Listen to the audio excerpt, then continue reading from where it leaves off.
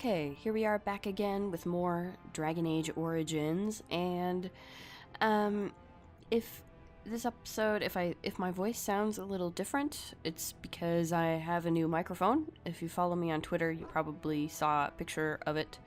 It's a Blue Yeti, so looks like it's gonna be a pretty good mic, and I hope it sounds good. I'm always sort of trying to find ways to improve the quality of my videos, and this will hopefully help a little bit in making the audio quality of my commentary and make my voice sound a little better, to have this this better microphone to use. So yeah, you know, of course, you know, always feel free to let me know what you think.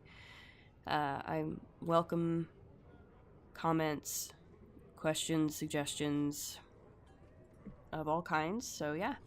But we'll now continue with our Let's Play, because, yeah, gonna continue. I think probably what we're gonna do is go back to camp and probably look at some Codex stuff and maybe give some gifts and stuff like that. So yeah, we're gonna go back to camp. I just wanted to do my intro here because we're gonna have to go back through the Hall of Heroes, and I think I might get some more banter as we go through the Hall of Heroes, so I just thought I'd do that.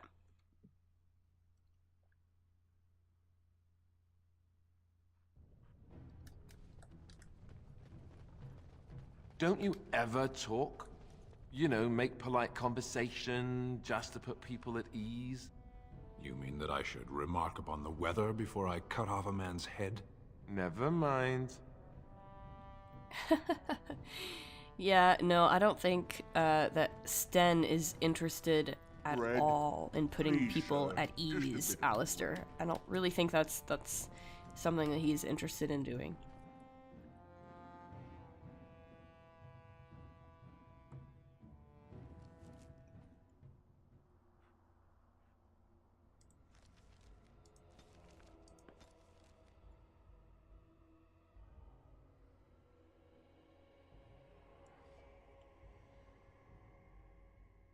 I lied to you, you know, about why I left Orlais. Oh? Really? Why is that? I didn't feel like talking about it then. What happened to me? Maybe it will affect us, maybe not, but you should know. I Okay. came to Ferelden and the Chantry because I was being hunted in Orlais. Hunted? What for? I was framed, betrayed by someone I thought I knew and could trust. Marjolaine. She was my mentor and friend. She taught me the bardic arts, how to enchant with words and song, to carry myself like a highborn lady, to blend in as a servant. The skills I learned, I used to serve her, my bard master, because I loved her, and because I enjoyed what I did. How did she betray you? You can say it was my fault. There was a man I was sent to kill. I was to bring Marjolaine everything he carried. I don't know who this man was. She gave me a name and a description, and I hunted him down. I found documents on his body, sealed documents. Important documents? I assume they were important. It turns out that they were. My curiosity got the better of me. Something told me that I needed to know what was in those letters. Marjolaine had been selling all kinds of information about Orlais to other countries, Nevarra and Antiva among others. It was treason. Isn't that what bards do? Some. But I had always assumed Marjolaine only operated within Orlais. This was an unhappy surprise for me. My life as bard taught me that my loyalties should be kept fluid. My concern was not that she was a traitor, but that her life would be in danger if she was caught. Orlais has Fair been at enough. war with so many countries. It takes a harsh view of such things, as I later discovered. What do you mean? I should have left well alone, but I didn't. I had to tell Marjolaine I feared for her life. She brushed aside my concern. She admitted her guilt, but said it was in the past. That is why the documents had to be destroyed, she said. I believed her. I kept believing up till the moment they showed me the documents, altered by her hand, to make me look the traitor. Ouch. Who's they? The Orlesian guards. They captured me, did terrible things to make me confess and reveal my conspirators. Yikes. It was a traitor's punishment I endured. And at the end of it, all that awaited me was eternity in an unmarked grave. How did you get out? The skills Marjolaine taught me were good for something at least. I broke free when I saw the opportunity. I did not seek Marjolaine out. If she thought I was coming for her, she would have me caught again. And so you came to Ferelden, to Lothering. I was tempted to confront her. I was furious, betrayed. But what could I do against her? And so I fled to Ferelden, to the Chantry and the Maker. Ferelden protected my person, and the Maker saved my soul. And that is the reason I am here. The real reason. No more lies between us, at least in this. Well, thank you for trusting me with this. I appreciate it when people confide in me their deep, dark secrets. It feels good to have this off my chest. Thank you for listening and understanding. I'm glad. Ooh, warm. Nice.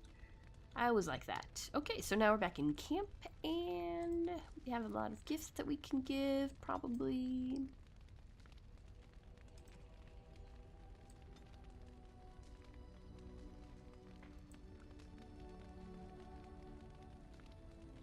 I think that Alistair would probably like the totem. Oh, thank you. That's very nice. Maybe not. I think Liliana would like the etched silver how stone. dear Yeah. of you. Thank you so much. Good, good.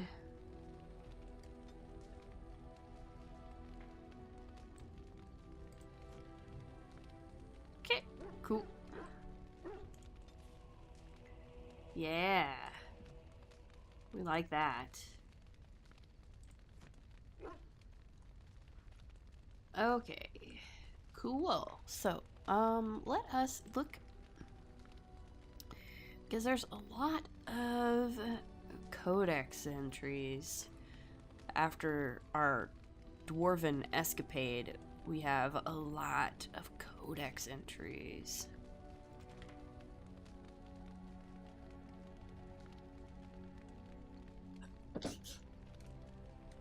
So let's look at some of these. Let's see. Here we have one on the Archdemon.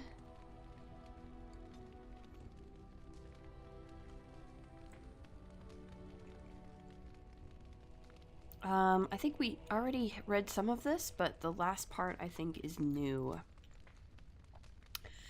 Urthemiel was once the Tevinter god of beauty. In ancient times, he was worshipped by musicians, artists, and poets. The Feast of Urthemiel was the grandest celebration of the year, an event that lasted a full 12 days. Plays and entire symphonies were written in his honor. Now he is a maddened husk of his former self, filled with nothing but a desire to destroy all life. It's basically the archdemon that we are dealing with right now is Urthemiel, corrupted.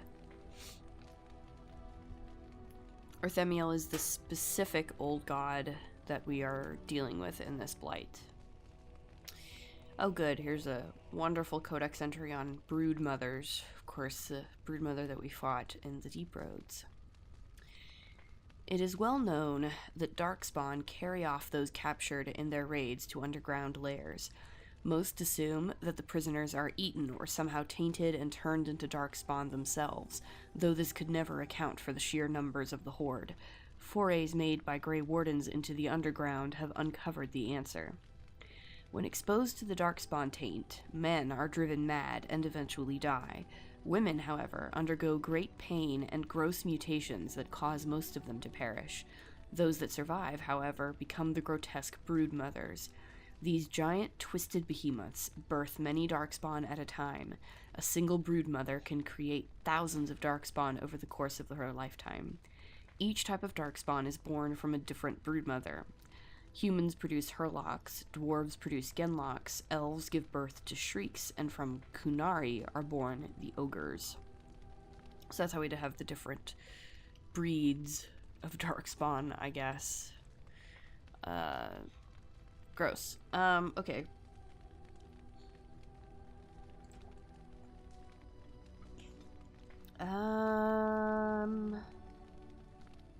I don't know. I guess the dragonlings part is new here. Newly hatched dragons are roughly the size of a deer and voraciously hungry. They live for a short time in their mother's lair before venturing out on their own.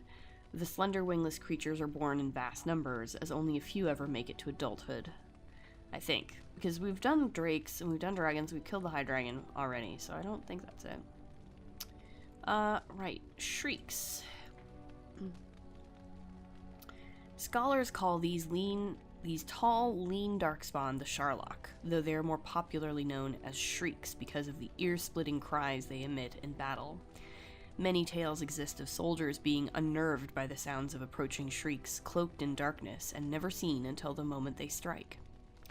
As horrors of the night, shrieks are renowned for their incredible speed and agility, as well as their stealth. They are the assassins of the Darkspawn, penetrating the enemy lines and striking their targets, using long, jagged blades attached to their forearms to rip their opponents to shreds in seconds. They have been known to employ poison, often drawn from their own blood, and have demonstrated cunning group tactics when attacking in numbers. Well. And of course, shrieks were the ones that attacked our camp not too long ago, so yeah, okay. I can see where we get that impression. Giant spiders. Giant spiders tend to appear in old ruins and other places where the veil has become thin because of magical disturbances or a great number of deaths. In such places, spirits and demons pass into the world of the living and attempt to take control over living beings, spiders among them. Not all scholars accept this explanation for the presence of these beasts, however. Some claim that the thinning veil allows magic to leak from the Fade, tainting such creatures as these spiders to transform into larger and more potent creatures than they ever would become naturally. While such spiders are known to possess powerful poisons and the ability to fling their webs at opponents in combat, studies of them have been few and the full range of their abilities are unknown. Corrupted spiders are giant arachnids that originally grew in the depths of the deep roads, feeding on numerous species of large bats. When the deep roads were lost to the darkspawn, they began to feed on the numerous genlocks, and their numbers grew exponentially, as did their size. The darkspawn taint has become a permanent part of their system, passed on to their progeny. This has had the effect of increasing their size abnormally, as well as their aggressiveness. Some corrupted spiders have made their lairs in surface forests, but most remain underground, close to their blight-tainted meals. Yuck. Yuck, yuck, yuck. Here's another item we found called Thorn of the Dead Gods, which I believe was a weapon we discovered while in the Deep Roads. In the moment that it struck, the blade of the Grey Warden who killed Toth, Archdemon of Fire, shattered into 3 pieces. After the Battle of Hunter Fell, the Wardens carried their fallen brother to Weishaupt for a hero's burial, but the broken pieces of his sword were left behind. For years, the shards lay forgotten on the battlefield. Steel became etched with the corrupted blood of the dead god. They were eventually discovered by a Navaran woman searching among the bones for a sign of her lost son. She sold them to a blacksmith, not knowing what they truly were, for 10 bits. The smith, however, knew that he had purchased more than scrap metal, and fashioned the shards into 3 identical daggers, the thorns of the dead gods. They left his hands and were scattered to the far corners of Thedas, but everywhere they went, the thorns left misery and loss in their wake. The woman who unearthed them died soon after of plague. The smith fell into his forge. Each person who has held one of the thorns, even briefly, has died an untimely death. Well, guess we're doomed then.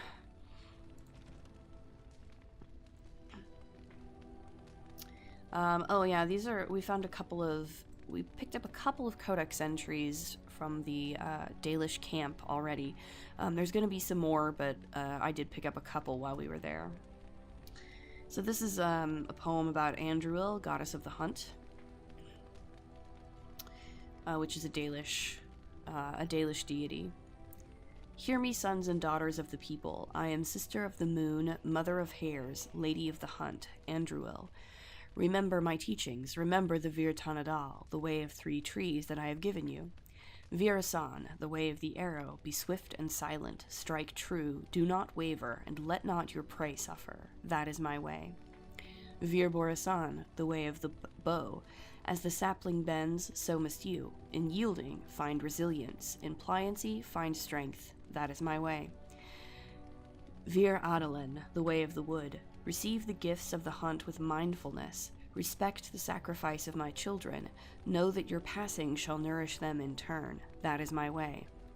Remember the ways of the hunter, and I shall be with you. From the charge of Andruil, goddess of the hunt. And Silace, the Hearthkeeper. Silace, the Hearthkeeper, is seen as the sister of Andruil, the huntress. While Andruil loved to run with the creatures of the wild, Silace preferred to stay by her home tree, occupying herself with gentle arts and song. It is Silace who gave us fire and taught us how to use it. It is Silace who showed us how to heal with herbs and with magic, and how to ease the passage of infants into this world. And again, it is Silace who showed us how to spin the fibers of plants into thread and rope. We owe much to Silace, and that is why we sing to her when we kindle the fires and when we put them out. That is why we sprinkle our aravels with Silace's fragrant tree moss and ask that she protect them and all within. As told by Gisharal, keeper of the Ralafaran clan of the Dalish Elves. Let's see, what have we got here? Several new ones. Goodness gracious. The Castless. So I'm going to have a lot of dwarf stuff now. Even more of them, anyway. The caste system in Orzammar includes many groups of privilege, the nobility and the warriors above all others, but to a lesser degree the merchants and the smiths and the miners. Tradition establishes a clear hierarchy. But as in any culture with an upper class, there is also a clear underclass. These unfortunates, the so-called casteless, are believed to be descendants of criminals and other undesirables. They have been looked down upon since Orzammar's foundation. They have taken up residence in a place called Dust Town, a crumbling ruin on the fringe of Orzammar's common areas. Orzammar society considers these casteless lower than even the servant caste. Indeed, the casteless are not allowed to become servants, as it is too honorable a position. They are seen as little better than animals, their faces branded at birth to mark them as the bastard children of the kingdom. Their home district, little more than a slum, is a haven for crime, organized and otherwise. Orzammar's guards seemingly cannot be bothered to patrol its streets. The best that most casteless dwarves can hope for is a life at the whim of a local crime lord, ended abruptly by violence or an overabundance of toxic lichen ale. Even so, there is some hope for the casteless, a dangling rope that offers a way up into greater Orzammar society. Since a dwarf's caste is determined by the parent of the same sex, the male child of a nobleman is part of that noble's house and caste. Strangely, it is acceptable for casteless women to train in the arts of courtly romance to woo nobles and warriors. They are known as noble hunters. Any male born from such a union is considered a joyous event, considering the low rate of dwarven fertility. The mother and her entire family are then taken in by the father's house, although they retain their caste. The dwarves we know on the surface are also considered casteless once they leave Orzammar, although this is only relevant to those who return, if they are allowed to return at all. Dwarves who leave for the surface, the sun-touched, as they're often called, behind their backs, lose their connection to the stone and the favor of the ancestors, and thus are worthy of little more than pity, for upon dying they are said to be lost to the stone forever. Put that way, it seems a sad existence indeed. From Stone Halls of the Dwarves by Brother Genetivi. That does seem pretty sad, but I imagine that for some dwarves, a life on the surface is a lot better than a life in the slums of Orzammar. Cut to Kalsharak. 1155 of the Tevinter Imperium will be known as a year of painful decisions, but we cannot waver. The threat we face is the greatest we have known. If we are overrun, all trace of the ancestors' glory will be undone. Orzammar must stand, and it must stand alone. Hormak, Kalsharak, Gundar. We have lost contact, and must assume they are lost to the Horde. We must seal the weakest link in our defense, the deep roads that lead to our fallen brethren. I have ordered our finest demolitionists to place the charges. I ask that each of you think of those we have lost. They served as the warning that spurred us to action, and I know the stone will embrace them. They are the foundation of our survival, and they will not be forgotten. From a proclamation by High King Threestone.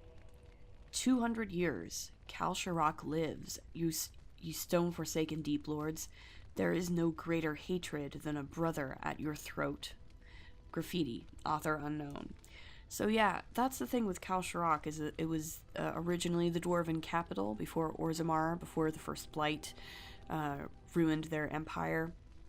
And they assumed it was lost for several hundred years until very recently it was sort of rediscovered, and they made contact with Kalsharak once again. But relations are understandably pretty strained between Orzammar and Kalsharak. The Proving. Valas Atreidum. In the 23rd year of the reign of King Ragnan Edukin, an old man of the servant caste was accused of stealing a sapphire ring from his employer, Lord Dace. The servant was stripped of his position, he and his family thrown to the streets, and soon after the servant died. The son of the disgraced servant challenged Lord Dace to a proving, declaring that his father had been the victim of a cruel injustice, and the ancestors would bear him witness. Lord Dace had no choice but to accept. On the sacred stone of the proving ground, the nobleman faced the servant boy. Lord Dace carried a sword crafted for his own hand and was clad in his great-grandfather's armor. The servant boy had neither armor nor weapon. When the battle began, the boy fought like a whole pack of angry deep-stalkers, flinging himself upon the startled lord, wrenching the sword from his hand and prying at his armor with bare fingers. The boy knocked Lord Dace to the ground and beat him until the lord begged for mercy. The boy and his family were reinstated to their place in the Dace household, and the virtue of the boy's father was not questioned again. The ancestors had spoken, and no one would question their word, as told by Shaper Vortag. Interesting little story. Stellata Negat. 913 Dragon. The Blight is building, though it is years from being named by the surface. But the memories know the signs. The Legion has lost Bonamar, though in truth it was lost to the living long ago. The spawn are moving freely and have numbers even the memories haven't seen. They will surge, release. We will fortify and follow. That is the way, and will always be so. Until we fall, and the surface wonders what has changed. From Chapter 49 of Stellata Negat, The Stone Unheld, a commentary on the roll of years by Shaper Erden. 7-0 Storm. The wars continue in the depths, and the border tigers are lost. Orzammar fortifies and holds, but the lost ground is not regained and remains dead space, where darkspawn multiply. It was a surge, but the surface was not breached. There was no great archdemon behind them. No blight was declared. No rallying cry was given. The wardens slumbered. After centuries of constant skirmishes, a trend becomes clear. The first line of defense, unacknowledged for centuries, weakens. From Chapter 40 of Stellata Negat, The Stone Unheld. 310 Towers. They name it a blight. The third, by their reckoning. It was just the fight to our ancestors, continued even though it shifts setting. The hordes that press their border surge and release, spilling across the surface. They fortify and follow. It was not their way to let the enemy rest. 325 Towers. The surface kingdoms declare victory. The horde is crushed, the push halted, and celebrations begin as humans thank the skies and their maker. Beneath their gaze and their feet, the darkspawn retreat to the steps of our tigers. New front lines are drawn across old. They settle in to breed, the memories say, as happened twice before, and likely in the darkness before that. Creepy, creepy, creepy. Okay, well, we're about out of time, so we'll leave it here. As always, if you like what you see, please like, comment, subscribe, and we'll see you in the next episode. Later!